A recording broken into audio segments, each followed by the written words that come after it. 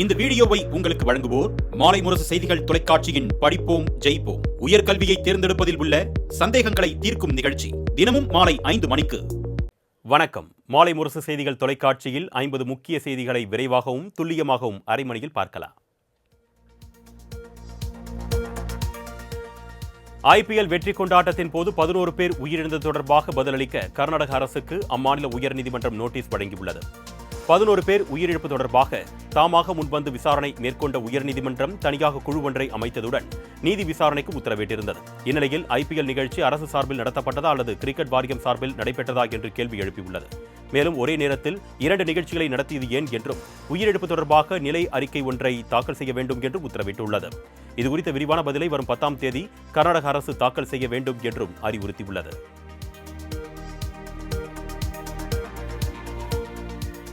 பெங்களூரு கூட்ட நெரிசலில் உயிரிழந்தவர்களின் குடும்பத்தினருக்கு தலா 10 லட்சம் ரூபாய் நிவாரணம் வழங்கப்படும் என்று ராயல் சேலஞ்சர்ஸ் பெங்களூரு அணி அறிவித்துள்ளது. IPL வெற்றி கொண்டாட்டத்தின் போது ஏற்பட்ட கூட்ட நெரிசலில் சிக்கி குழந்தை, பெண் உட்பட 11 பேர் உயிரிழந்த நிகழ்வு பெரும் சோகத்தை ஏற்படுத்தியது. இந்த துயர நிகழ்வு மிகுந்த வேதனையை அளித்திருப்பதாக RCB அணி நிர்வாகம் தெரிவித்துள்ளது. மேலும் இந்த நேரத்தில் ரசிகர்களுடன் துணை நிற்கிறோம் என்றும் ரசிகர்கள் எப்பொழுதும் எங்கள் இதயத்தில் இருப்பார்கள் என்றும் RCB அணி நிர்வாகம் தெரிவித்துள்ளது. முன்னதாக உயிரிழந்தவர்களின் குடும்பத்தினருக்கு தலா 10 லட்சம் ரூபாய் வழங்கப்படும் என்று கர்நாடக அரசு அறிவித்தது குறிப்பிடத்தக்கது.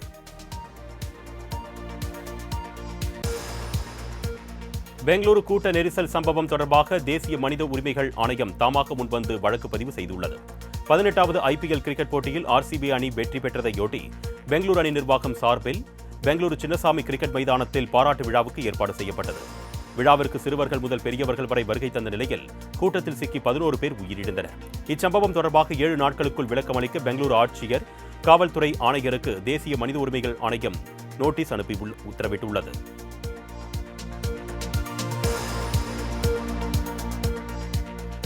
பெங்களூரு கூட்ட நெரிசலை வைத்து அரசியல் செய்ய வேண்டாம் என்று BCCI துணைத் தலைவர் ராஜீவ் சுக்லா வேண்டுகோள் விடுத்துள்ளார். பெங்களூரு சின்னசாமி மைதானத்திற்கு வெளியே RCB IPL வெற்றி கொண்டாட்டத்திற்காக கூடிய கூட்டத்தில் ஏற்பட்ட கூட்ட நெரிசலில் 11 பேர் உயிரிழந்தனர். இதற்கு மாநில அரசு முழு பொறுப்பேற்க வேண்டும் என்று கர்நாடக பாஜக தலைவர் விஜயேந்திரா தெரிவித்துள்ளார். இந்நிலையில் சம்பவம் குறித்து கருத்து தெரிவித்துள்ள ராஜீவ் சுக்லா, அதிக அளவிலான மக்கள் வருவார்கள் என்று RCB அணி நிர்வாகம் எதிர்பார்க்கவில்லை என்றும் இதுபோன்ற சம்பவம் எந்த மாநிலத்திலும் நடக்கலாம், அதனை வைத்து அரசியல் செய்ய வேண்டாம் என்றும் அவர் கேட்டுக் கொண்டுள்ளார். கர்நாடக மாநிலம் பெங்களூருவில் RCB அணியின் வெற்றி கொண்டாட்டத்தில் இறந்த IT பெண் ஊழியர் காமாட்சியின் இழப்பு ஈடு செய்ய முடியாதது என்று பெண்ணின் உறவினர்கள் வேதனை தெரிவித்துள்ளனர். RCB வெற்றி கொண்டாட்டத்தில் திருப்பூரைச் சேர்ந்த காமாட்சி என்ற பெண் கலந்து கொண்ட நிலையில் கூட்ட நெரிசலில் சிக்கி உயிரிழந்தார்.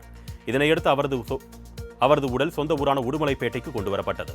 இந்நிலையில் நெரிசலில் சிக்கி உயிரிழந்த காமாட்சி அனைவருக்கும் உதவக்கூடிய குணம் கொண்டவர் என்றும் அவரது இழப்பு ஈடு செய்ய முடியாதது என்றும் உறவினர்கள் வேதனை தெரிவித்தனர்.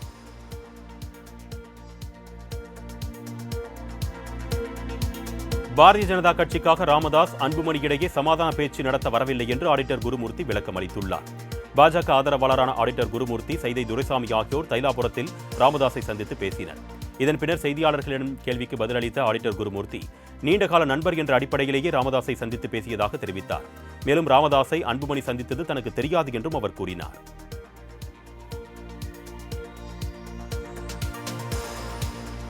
ராமதாஸ் என்ன சொல்கிறாரோ அதைத்தான் செய்கிறேன் என்று அன்புமணியின் குற்றச்சாட்டுக்கு பாமக தலைமை நிலைய செயலாளர் அன்பழகன் விளக்கமளித்துள்ளார். மாலை முரசு தொலைக்காட்சி செய்தியாளர் ராஜேஷுடன் தொலைபேசியில் பேசிய அவர், பணம் வாங்கிக் கொண்டு மாவட்ட செயலாளர்களை நியமனம் செய்யும் அளவிற்கு கட்சி இல்லை என்றும் மாவட்ட செயலாளர்களை நியமிப்பது ராமதாஸ் தான் என்றும்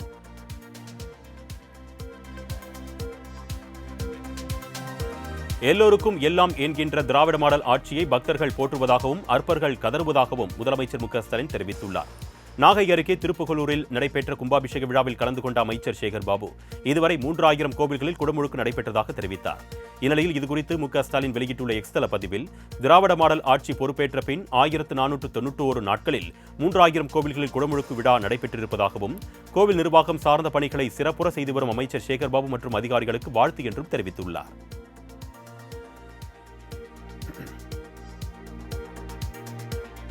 வரும் 7ஆம் தேதி திமுக மாவட்ட செயலாளர்கள் கூட்டம் நடைபெறும் என்று அக்கட்சியின் பொதுச் செயலாளர் துரைமுருகன் அறிவித்துள்ளார். இதுகுறித்து அவர் வெளியிட்டுள்ள அறிக்கையில், திமுக மாவட்ட சட்டமன்ற நாடாளுமன்ற உறுப்பினர்கள் தொகுதி பார்வையாளர்கள் கூட்டம் வரும் 7ஆம் தேதி நடைபெற இருப்பதாகவும் முதலமைச்சர் MK ஸ்டாலின் தலைமையில் நடைபெறும் இந்த கூட்டத்தில் திமுகவில் உறுப்பினர்கள் சேர்க்கை தொடர்பாக முதலமைச்சர் MK ஸ்டாலின் ஆலோசனை வழங்க இருப்பதாகவும் அறிவித்துள்ளார். மேலும் மாவட்ட கழக செயலாளர்கள், நாடாளுமன்ற, சட்டமன்ற உறுப்பினர்கள், தொகுதி பார்வையாளர்கள் அனைவரும் தவறாமல் கலந்து கொள்ள வேண்டும் என்றும் அவர் கேட்டுக் கொண்டுள்ளார்.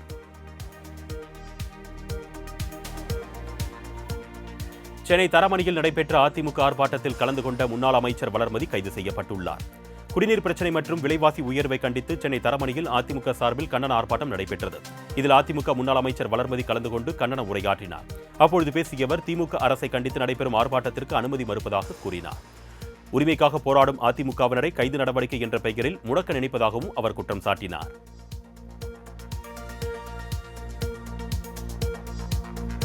உலக சுற்றுச்சூழல் தினம் சென்னை நந்தபாக்கத்தில் உள்ள வர்த்தக மையத்தில் தமிழக அரசின் சுற்றுச்சூழல் காலநிலை மாற்றம் வனத்துறை சார்பில் கொண்டாடப்பட்டது. இதில் கலந்து கொண்டு பேசிய முதலமைச்சர் மு.க.ஸ்டாலின் தமிழ்நாட்டில் கடந்த 4 ஆண்டுகளாக தொலைநோக்கு பார்வையுடன் பல முன்னெடுப்பு எடுத்ததாக முதலமைச்சர் மு.க.ஸ்டாலின் தெரிவித்தார். காடுகள் தான் பூமியின் நுரையீரலாக இருப்பதாக கூறிய அவர், கடந்த 4 ஆண்டுகளில் தமிழ்நாட்டில் 7000 ஹெக்டேருக்கும் அதிகமான 65 புதிய வன காப்பகங்கள் அமைத்ததாகவும் கூறினார். பிளாஸ்டிக் பயன்பாட்டை முற்றிலும் ஒழிப்பதுதான் இந்த விழாவுக்கான மைய கருத்து என்றும் மு.க.ஸ்டாலின் தெரிவித்தார்.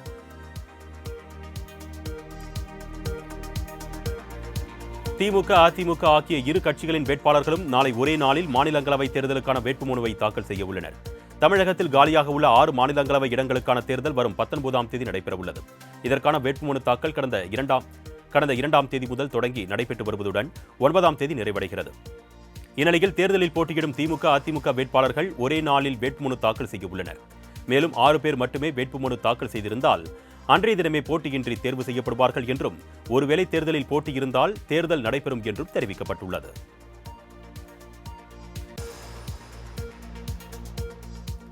இளநிலை மருத்துவ படிப்பான MBBS, BDS படிப்புகளுக்கு நாளை முதல் விண்ணப்பிக்கலாம் என்று சுகாதாரத்துறை தெரிவித்துள்ளது. இத்தொடர்பாக வெளியிட்டுள்ள அறிக்கையில், நீட் தேர்வு முடிவுகள் வரும் 14ஆம் தேதி வெளியாக உள்ள நிலையில் முன்கூட்டியே விண்ணப்பிக்க ஏற்பாடு செய்யப்பட்டுள்ளது என்றும், விண்ணப்பத்தில் நீட் தேர்வு மதிப்பெண்களை பதிவேற்றம் செய்ய முடியாதோ என்ற சந்தேகம் மாணவர்களுக்கு வேண்டாம் என்றும், நீட் தேர்வு முடிவுகள் வெளியான பின் விண்ணப்பிக்க விரும்பும் மாணவர்களுக்கு கால அவகாசம் 5 நாட்கள் நீட்டிக்கப்படும் என்றும் தெரிவிக்கப்பட்டுள்ளது. மேலும் 2025-2026 கல்வியாண்டிற்கான MBBS, BDS படிப்புகளுக்கு நாளை முதல் விண்ணப்பிக்கலாம் என்பது குறிப்பிடத்தக்கது.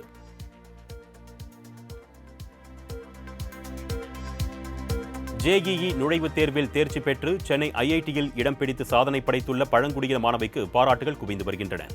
சேலம் மாவட்டம் கல்வராயன் மலை பகுதியைச் சேர்ந்த மாணவி ராஜேஸ்வரி தந்தை காலமானதை அடுத்து தனது அண்ணனின் உதவியோடு கல்வியை தொடர்ந்தார். 12ஆம் வகுப்புக்கு பிறகு பெருந்துறையில் உள்ள அரசு பயிற்சி மையத்தில் JEE நுழைவுத் தேர்வுக்கு தேர்ச்சி பெற்றார். இந்நிலையில் JEE தேர்வில் தேசிய அளவில் 417வது இடம் பிடித்து சாதனை படைத்துள்ளார். பழங்குடியின மாணவி சென்னை IITயில் படிப்பதற்கு இடம் பிடித்தது இதுவே முதல் முறை என்பது குறிப்பிடத்தக்கது.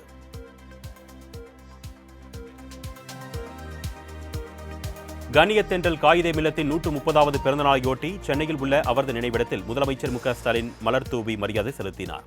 சென்னை திருவல்லிக்கேணி வாலாஜா பெரிய பள்ளிவாசல் வளாகத்தில் உள்ள காயிதே மில்லத்தின் நினைவிடத்தில் முதலமைச்சர் மு.க.ஸ்டாலின் மலர் போர்வை அணிவித்து மலர் தூவி மரியாதை செலுத்தினார். அதனைத் தொடர்ந்து திராவிட மாடல் ஆட்சி தொடரவும், முதலமைச்சர் நல்ல உடல் நலத்துடன் வாழவும் பிரார்த்தனை செய்யப்பட்டது. இதில் அமைச்சர்கள் தங்கம் தென்னரசு, நாசர், தாமு அன்பரசன் உட்பட MLAக்கள், திமுக நிர்வாகிகள் கலந்து கொண்டனர்.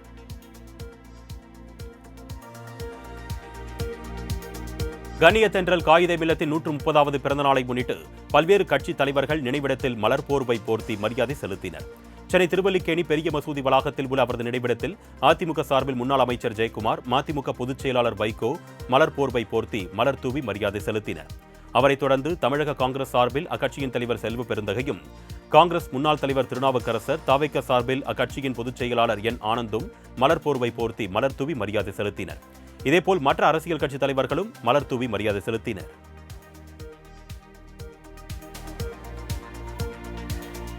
காயிதே மில்லத் பெயரில் பல்கலைக்கழகம் நிறுவ வேண்டும் என்று விடுதலை சிறுத்தைகள் கட்சித் தலைவர் திருமாவளவன் வலியுறுத்தியுள்ளார். கண்ணியத்தென்றல் காயிதே மில்லத்தின் 130வது பிறந்தநாளை முன்னிட்டு சென்னை திருவல்லிக்கேணியில் உள்ள அவரது நினைவிடத்தில் திருமாவளவன் மலர் தூவி மரியாதை செலுத்தினார். பின்னர் செய்தியாளர்களை சந்தித்த அவர், பாமக வலதுசாரி இயக்கமாக மாறிவிட்டது என்பது அக்கட்சி பிரச்சினை குறித்து பஞ்சாயத்து செய்பவர்கள் மூலம் வெளிப்படையாக அம்பலமாக்கியிருப்பதாக சாடினார். மேலும் வரும் 14ஆம் தேதி வக்ஃப் சட்டத்திற்கு எதிராக மதசார்பின்மை காப்போம் பேரணி திருச்சியில் நடைபெறும் என்றும் அவர் தெரிவித்தார்.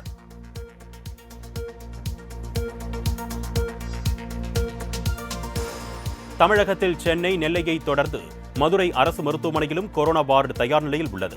இந்நிலையில் இந்தியாவில் இதுவரை 4866 பேர் தொற்றால் பாதிக்கப்பட்ட நிலையில் 7 பேர் சிகிச்சை பலனின்றி உயிரிழந்ததாக தகவல் வெளியாகியுள்ளது. இந்நிலையில் மதுரை அரசு ராஜாஜி மருத்துவமனையில் பெரியவர்களுக்கு 30 படுக்கைகள், சிறியவர்களுக்கு 20 படுக்கைகள் என மொத்தம் 50 படுக்கைகள் தயார் நிலையில் வைக்கப்பட்டுள்ளன. ஏற்கனவே சென்னை மற்றும் நெல்லை அரசு மருத்துவமனைகளில் கொரோனா சிறப்பு வார்டு திறக்கப்பட்ட நிலையில் தற்பொழுது அனைத்து மாவட்டங்களிலும் திறக்கப்பட்டு வருகிறது.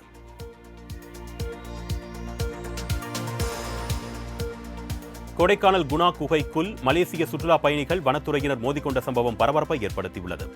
பொதுவாக சுற்றுலா பயணிகளில் சுற்றுலா தலங்களில் உள்நாட்டினருக்கு ஒரு கட்டணமும் வெளிநாட்டு சுற்றுலா பயணிகளுக்கு ஒரு கட்டணமும் விதிக்கப்படுவது வழக்கம்.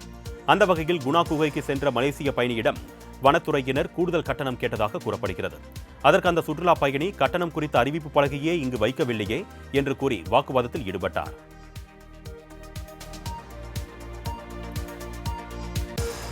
சேலம் மாவட்டம் ஏற்காட்டில் 14 வயது சிறுவன் தனியார் பள்ளி மைதானத்தில் தூக்கிட்டு தற்கொலை செய்து கொண்டான். லாங்கில்பேட்டை கிராமத்தைச் சேர்ந்த சேகர் என்பவரின் மகன் அபிஷேக் 10ஆம் வகுப்பு படித்து முடித்துள்ளார். அடுத்ததாக தொழிற்கல்வி பயில அபிஷேக் விருப்பம் தெரிவித்த நிலையில் 11ஆம் வகுப்பு படிக்க வேண்டும் என பெற்றோர் கூறியதாக தெரிகிறது. இதனால் மன அழுத்தத்தில் இருந்த மாணவன் அபிஷேக் தான் படித்த தனியார் பள்ளி மைதானத்தில் தூக்கு போட்டு தற்கொலை செய்து கொண்டான்.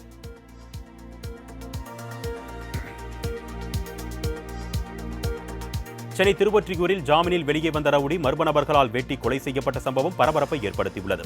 Vadachennai Thiruvottiyur railway station road பகுதியைச் சேர்ந்தவர் ஆகாஷ். இவர் மீது கொலை முயற்சி, வழிப்பறி என 17க்கும் மேற்பட்ட வழக்குகள் நிலுவையில் உள்ள நிலையில் கடந்த மாதம் 22ஆம் தேதி சிறையில் இருந்து வெளியே வந்தார். இந்நிலையில் வெளியே எங்கும் செல்லாமல் வீட்டிற்குள்ளேயே இருந்து வந்த ஆகாஷை மர்ம நபர்கள் சிலர் வீடு புகுந்து வெட்டி படுகொலை செய்துள்ளனர். இதுகுறித்து திருவொற்றியூர் போலீசார் விசாரணை மேற்கொண்டுள்ளனர்.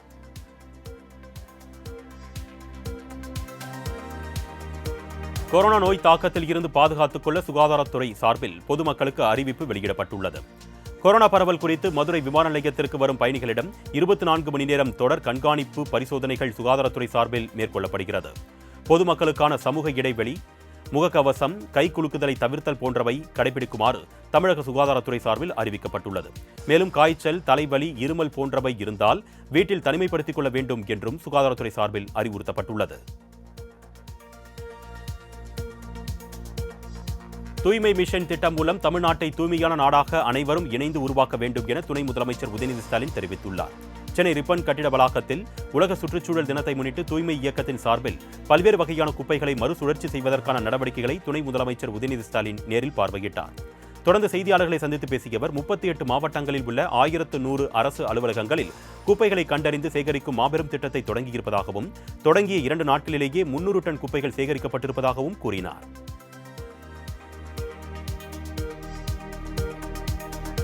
தமிழகத்தில் நிறைய கோவில்கள் காணாமல் போய்விட்டதாக முன்னாள் ஐஜி பொன் மாணிக்கவேல் தெரிவித்துள்ளார். திருச்சி ஸ்ரீரங்கம் தொகுதிக்குட்பட்ட ஜீயபுரத்தில் உள்ள திருச்செந்துறை கோவிலில் சுவாமி தரிசனம் செய்த பின் செய்தியாளர்களுக்கு பேட்டியளித்தவர் இந்து சமய அறநிலையத்துறை கட்டுப்பாட்டில் உள்ள 224 கோவில்களில் முறையான பராமரிப்புகள் இல்லை என்று கூறினார். அமைச்சர்கள் கும்பாபிஷேகம் என்ற பெயரில் மோசடியில் ஈடுபட்டு பணத்தை கையாடல் செய்வதாகவும் அவர் குற்றம் சாட்டினார்.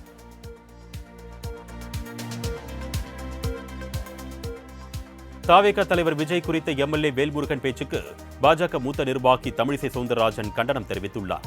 இதுகுறித்து அவர் வெளியிட்டுள்ள செய்திக்குறிப்பில் விஜயை குழந்தைகள் அண்ணா என்று அழைப்பது தமிழில் அன்பின் வெளிப்பாடு மட்டுமே, இது அரசியலுக்கு அப்பாற்பட்ட அழைப்பு என்று குறிப்பிட்டுள்ளார். அந்த உறவை கொச்சைப்படுத்துவது அந்த குழந்தைகளின் மனதை புண்படுத்துவது மட்டுமல்லாமல் அவர்களுக்கு ஆதரவளிக்கும் பெற்றோர்களின் மனதையும் புண்படுத்துவதாகும் என்று தமிழிசை சாடியுள்ளார். தாங்கள் இவ்வாறு புண்படுத்துவது தமிழ் பண்பாடும் இல்லை, மனித நேயமும் அல்ல என்று தமிழிசை கூறியுள்ளார்.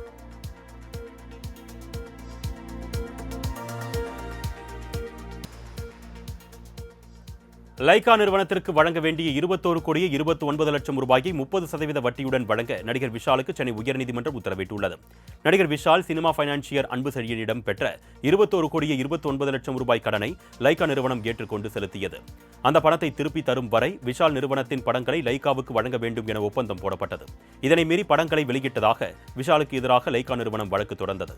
இந்த வழக்கை விசாரித்த நீதிபதி பி.டி. ஆஷா லைகா நிறுவனத்திற்கு வழங்க வேண்டிய தொகையை வட்டியுடன் வழங்குவதுடன் வழக்கு செலவுகளையும் விஷால் வழங்க வேண்டும் என்று உத்தரவிட்டார்.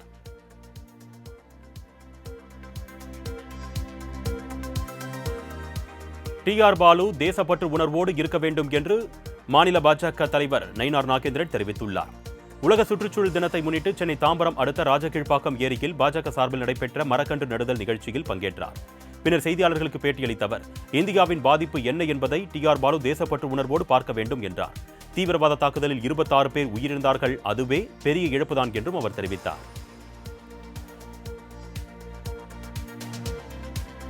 பாலியல் வன்கொடுமை வழக்கில் மான நஷ்ட ஈடு கேட்டு பொள்ளாச்சி ஜெயராமன் தாக்கல் செய்த மனுவுக்கு யூடியூப் சேனல்கள் பதிலளிக்க அவகாசம் வழங்கி சென்னை உயர்நீதிமன்றம் உத்தரவிட்டுள்ளது.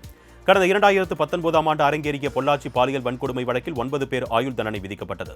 இந்த வழக்கில் தங்களை தொடர்புபடுத்தி அவதூறு பரப்பிய யூடியூப் சேனல்களுக்கு தடை விதிப்பதுடன் 1 கோடி ரூபாய் மான நஷ்ட ஈடு வழங்க கோரி முன்னாள் துணை சபாநாயகர் பொள்ளாச்சி ஜெயராமன், அவரது மகன் பிரவீன் ஆகியோர் வழக்கு தொடர்ந்திருந்தனர். இந்த வழக்கை விசாரித்த நீதிபதி குமரேஷ் பாபு யூடியூப் சேனல்கள் வரும் 12ஆம் தேதிக்குள் பதிலளிக்க உத்தரவிட்டு அன்றைய தினத்திற்கு விசாரணையை ஒத்திவைத்தார். தமிழ்நாட்டில் உடனடியாக சாதிவாரி கணக்கெடுப்பு நடத்த வேண்டும் என பாமக தலைவர் அன்புமணி ராமதாஸ் வலியுறுத்தியுள்ளார். இதுகுறித்து அவர் வெளியிட்டுள்ள அறிக்கையில், தேசிய அளவிலான சாதிவாரி மக்கள் தொகை கணக்கெடுப்பு 2027ஆம் ஆண்டு மார்ச் 1ஆம் தேதி முதல் நடைபெறும் என்ற மத்திய அரசின் அறிவிப்பு தமிழக மக்களிடையே குழப்பத்தை ஏற்படுத்தியிருப்பதாக குறிப்பிட்டுள்ளார். மத்திய அரசு உடனடியாக சாதிவாரி மக்கள் தொகை கணக்கெடுப்பு நடத்துவதற்கான வாய்ப்புகள் இல்லை என்பது உறுதியாகிவிட்ட நிலையில் தமிழ்நாட்டில் சாதிவாரி கணக்கெடுப்பு பணிகளை அரசு தொடங்க வேண்டும் என்று கூறியுள்ளார். மேலும் மத்திய அரசும் மக்கள் தொகை அடிப்படையிலான மக்களவை தொகுதி மறுசீரமைப்பை 25 ஆண்டுகளுக்கு ஒத்திவைக்க வேண்டும் என்றும் அவர் வலியுறுத்தியுள்ளார். நிதியெல்லாம் எங்கே செல்கிறது என்று தமிழ்நாடு முதலமைச்சருக்கு அண்ணாமலை கேள்வி எழுப்பியுள்ளார். சென்னை பல்கலைக்கழகம் மற்றும் அண்ணாமலை பல்கலைக்கழக பேராசிரியர்கள் மற்றும் ஊழியர்களுக்கு மே மாதத்திற்கான ஊதியம் இன்று வழங்கப்படவில்லை என்ற செய்தி அதிர்ச்சி அளிப்பதாக அண்ணாமலை தெரிவித்துள்ளார். இதுகுறித்து அவர் வெளியிட்டுள்ள அறிக்கையில், திமுக ஆட்சியில் வெற்றி விளம்பரங்களுக்கான வீண் செலவுகள் செய்யப்படுவதாகவும் தமிழகத்தின் கடன் சுமை 9 லட்சம் கோடிக்கு மேல் அதிகமாகிவிட்டதாகவும் குற்றம் சாட்டியுள்ளார்.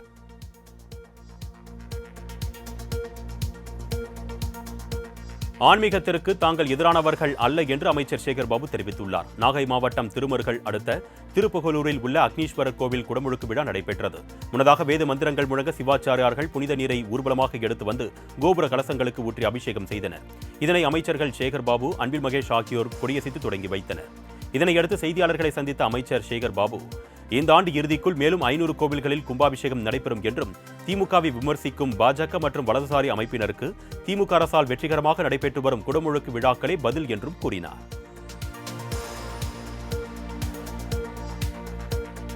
பருவமழையை எதிர்கொள்ள சென்னை மாநகராட்சி பகுதிகளில் உள்ள கால்வாய்களில் தூர்வாரும் பணி முன்கூட்டியே தொடங்கும் என்று சென்னை மாநகராட்சி மேயர் பிரியா தெரிவித்துள்ளார். உலக சுற்றுச்சூழல் தினத்தை முன்னிட்டு மரக்கன்றுகள் நடும் நிகழ்ச்சியை சென்னை மேயர் பிரியா தொடங்கி வைத்தார். பின்னர் செய்தியாளர்களை சந்தித்து பேசிய அவர், சென்னை மாநகராட்சிக்குட்பட்ட 15 மண்டலங்களிலும் குப்பைகளை முற்றிலுமாக அகற்றும் பணி நடைபெற்று வருவதாகவும் நடப்பாண்டில் முன்னதாகவே மழை தொடங்கியிருப்பதால் முன்னெச்சரிக்கை நடவடிக்கைகளும் முன்னதாகவே தொடங்கப்படும் என்றும் கூறினார்.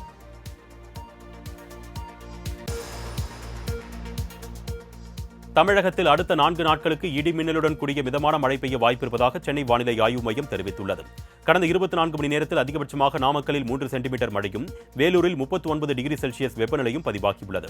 இந்நிலையில் மேற்கு திசை காற்றின் வேக மாறுபாடு காரணமாக அடுத்த 4 நாட்களுக்கு தமிழகத்தில் ஒரு சில இடங்களிலும், புதுவை மற்றும் காரைக்கால் பகுதிகளில் ஒரு சில இடங்களிலும் இடி மின்னலுடன் கூடிய லேசானது முதல் மிதமானது வரையிலான மழை பெய்ய வாய்ப்பிருப்பதாக சென்னை வானிலை ஆய்வு மையம் தெரிவித்துள்ளது. மேலும் தென்மேற்கு அரபிக்கடலில் சூறாவளி காற்று அதிகமாக வீச வாய்ப்பிருப்பதால் மீனவர்கள் கடலுக்குள் செல்ல வேண்டாம் என்றும் அறிவுறுத்தப்பட்டுள்ளது.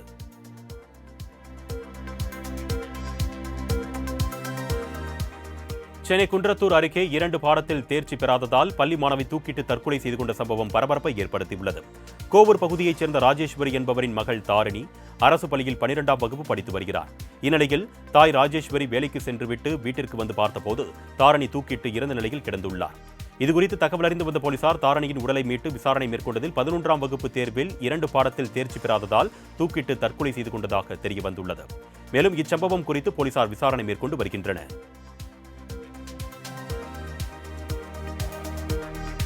கிருஷ்ணகிரி மாவட்டம் போச்சம்பள்ளி பகுதிகளில் குல்மோகர் எனப்படும் மே மாத மலர்கள் அதிக அளவில் பூத்துக் குலுங்குகின்றன. போச்சம்பள்ளியில் இருந்து தருமபுரி செல்லும் சாலை ஓரங்களில் செந்தூர வர்ணத்தில் பூத்துக் குலுங்கும் குல்மோகர் மலர்கள் காண்போரை கண்ணிமைக்கா வண்ணம் ரசிக்க வைக்கிறது. இந்த மலர் மட்டுமின்றி இலைகளும் பல்வேறு மருத்துவ குணம் மிக்கவை என்பது குறிப்பிடத்தக்கது.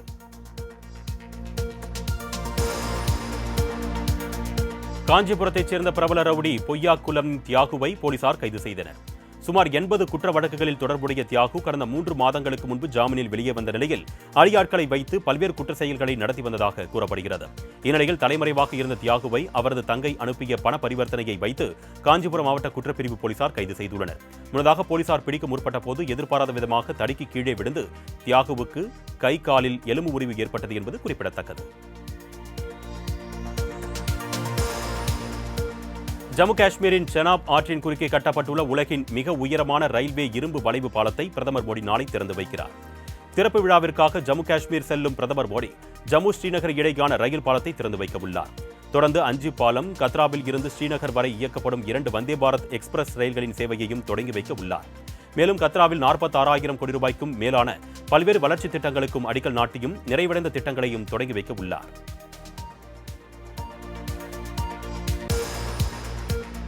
சத்தீஸ்கரில் சேற்றில் விழுந்த தன்னை காப்பாற்றியதற்காக நன்றி சொன்ன குட்டி யானையின் வீடியோ இணையத்தில் வைரலாகி வருகிறது. சத்தீஸ்கர் மாநிலம் ராய்ப்பூர் மாவட்டத்தில் சேறு நிறைந்த குழியில் குட்டி யானை ஒன்று தவறி விழுந்துள்ளது. யானையின் அலறல் சத்தத்தை கேட்ட கிராம மக்கள் மற்றும் வனத்துறையினர் ஜேசிபி உதவியுடன் குழிக்கு பக்கத்தில் ஒரு பாதை உருவாக்கி யானையை பத்திரமாக மீட்டனர். இந்நிலையில் சேற்றில் விழுந்த தன்னை காப்பாற்றியதற்காக ஜேசிபி மீது தும்பிக்கையை வைத்து குட்டி யானை நன்றி கூறியது.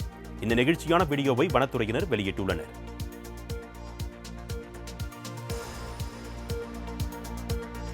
அனைத்து வங்கிகளும் சாமானிய மக்கள் பயன்பெறும் விதமாக 100 ரூபாய் 200 ரூபாய் நோட்டுகளை ஏடிஎம் இயந்திரங்களில் வைக்க வேண்டும் என்று இந்திய ரிசர்வ் வங்கி உத்தரவிட்டுள்ளது. பெரும்பாலான ஏடிஎம் இயந்திரங்களில் 500 ரூபாய் மட்டுமே எடுக்க முடியும். அதற்கு குறைவான தொகையை குறிப்பிட்டால் பணம் வராது. இதனால் சாமானிய மக்கள் அதிகம் பாதிக்கப்படுவதாகவும் அவர்கள் பயன்பெறுவதை உறுதி செய்யும் வகையிலும் அனைத்து வங்கிகளும் தங்களது ஏடிஎம்களில் 100 மற்றும் 200 ரூபாய் நோட்டுகளை விநியோகிக்க ஆர்பிஐ உத்தரவிட்டுள்ளது. மேலும் வரும் செப்டம்பர் 30ஆம் தேதிக்குள் 75%, அடுத்த ஆண்டு மார்ச் 31ஆம் தேதிக்குள் 90% விநியோகத்தை உறுதி செய்யவும் உத்தரவிடப்பட்டுள்ளது.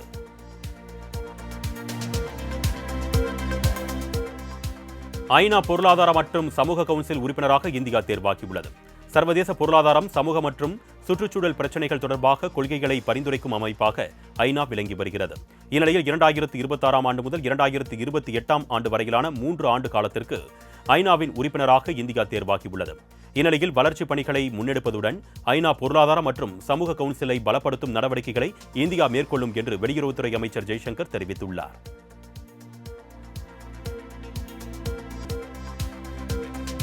ஜூலையில் சுனாமி தாக்கும் என்ற பாபா வங்காவின் கணிப்பால் பொதுமக்கள் பயணங்களை ரத்து செய்து வருகின்றனர். எதிர்காலத்தில் நடக்கும் நிகழ்வுகளை முன்கூட்டியே கணித்து கூறுபவர் பல்கேரியாவைச் சேர்ந்த பாபா வங்கா.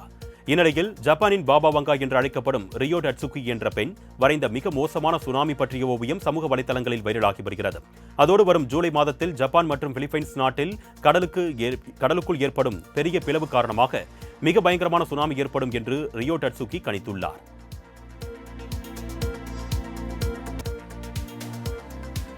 கிருஷ்ணகிரி மாவட்டம் ஓசூரில் வெளியான தக் லைஃப் திரைப்படத்தை காண கர்நாடக மாநில கமல் ரசிகர்கள் பலரும் படையெடுத்துள்ளனர். கமலின் சர்ச்சை கருத்து விவகாரத்தால் கர்நாடக மாநிலத்தில் தக் லைஃப் திரைப்படம் வெளியாகாது என்று அறிவிக்கப்பட்ட நிலையில் கர்நாடகா தவிர இன்று உலகம் முழுவதும் திரைப்படம் வெளியானது. இந்நிலையில் கிருஷ்ணகிரி மாவட்டம் ஓசூரில் உள்ள திரையரங்குகளில் வெளியான படத்தை காண கர்நாடக மாநிலத்தின் தும்கூர், மாண்டியா, பெங்களூரு உள்ளிட்ட பகுதிகளைச் சேர்ந்த கமல் ரசிகர்கள் ஓசூருக்கு படையெடுத்தனர். மேலும் திரையரங்கில் வெடிவெடித்தும் டிஜே நிகழ்ச்சியுடனும் ரசிகர்கள் கொண்டாடி மகிழ்ந்தனர்.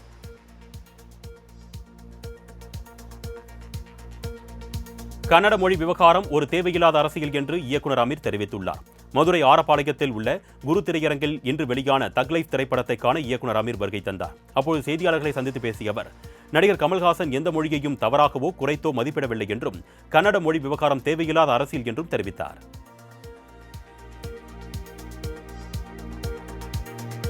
பழனி முருகன் கோவிலில் நடிகர் சூர்யா, இயக்குநர் வெங்கி அட்லூரி ஆகியோர் 46வது படத்தின் கதையை வைத்து வழிபாடு செய்தனர். ரோப்கார் மூலமாக மலைக்கோவிலுக்கு சென்ற அவர்கள் சிறுகால சந்தி பூஜையில் வேடர் அலங்காரத்தில் இருந்த முருகனை வழிபட்டனர். பின்னர் போகர் சமாதியில் வழிபட்டு வெளியே வந்த சூர்யா மற்றும் வெங்கி அட்டூரிக்கு கோவில் நிர்வாகம் சார்பில் பிரசாதங்கள் மற்றும் சாமிப்படங்கள் வழங்கப்பட்டன. கோவிலுக்கு வந்த பக்தர்கள் சூர்யாவுடன் செல்ஃபி எடுத்த நிலையில் கோவில் ஊழியர்களும் புகைப்படம் எடுத்துக் கொண்டனர். கொரோனா தடுப்பூசி செலுத்தாத மணமகள் தேவை என்ற போஸ்டரில் விளம்பரப்படுத்தப்பட்ட சம்பவம் பொதுமக்களிடையே அதிர்ச்சியை ஏற்படுத்தியுள்ளது. திருமண வரன்கள் குறித்து பல்வேறு இடங்களிலும் விளம்பரப்படுத்தப்பட்டு வருகின்றன. அந்த வகையில் விளம்பரப்படுத்தப்பட்ட போஸ்டரில் கொங்கு வேளாள கவுண்டர் இனத்தைச் சேர்ந்த படித்த வசதியான வரனுக்கு அதே இனத்தைச் சேர்ந்த கொரோனா தடுப்பூசி போட்டுக்கொள்ளாத மணமகள் தேவை என்று விளம்பரப்படுத்தப்பட்டுள்ளது. இந்நிலையில் இந்த போஸ்டர் இணையத்தில் பேசுபொருளாகி வருகிறது.